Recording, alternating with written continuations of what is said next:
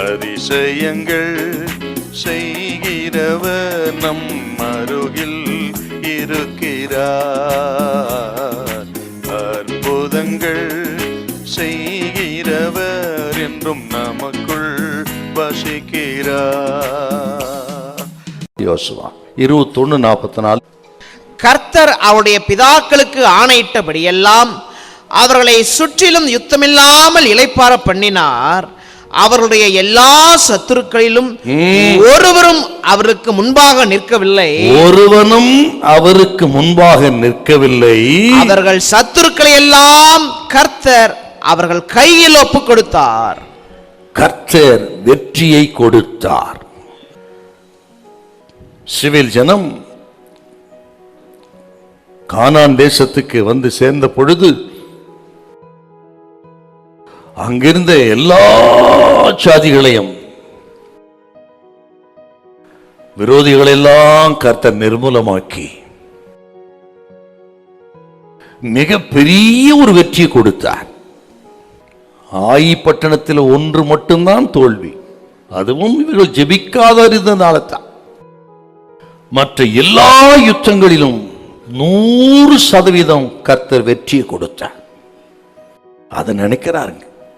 அதை நினைத்து என் ஆண்டவர் எத்தனை நல்லவர், எல்லாவற்றிலும் கர்த்தர் வெற்றியை கொடுத்தாரே. வெற்றி கொடுத்து மட்டும் இல்ல, இன்னொரு வார்த்தை சேர்த்து சொல்லுவார். என்னவென்றால் இளைப்பாற பண்ணினார்.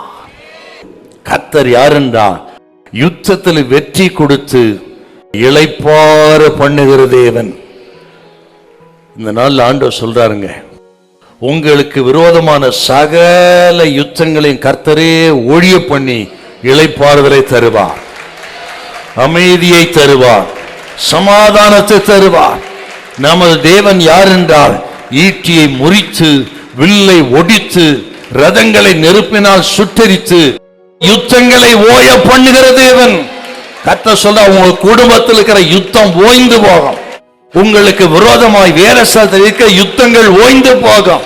உங்களை அழிக்க நினைத்த மக்கள் மத்தியில எல்லா ஈட்டியை முறிக்க போகிறா, வில்லை ஒடிக்க போகிறா, நல்ல இளைப்பாறுதலை சமாதானத்தை தருவா. நமது தேவன் சூழ்நிலையை ஆளுகை செய்கிற தேவன். எல்லாவற்றையும் அவர் ஆளுகை செய்கிறார். அவர் கரத்துல இருக்கிறது. அவருக்கு விரோதமா ஒருவரும் எழும்ப முடியாது. இனி உனக்கு விரோதமாய் யுத்தம் பண்ண முடியாது. எல்லாம் அவருடைய ஆளுகைக்குள்ளே இருக்கிறது. ஹல்லேலூயா, ஹல்லேலூயா.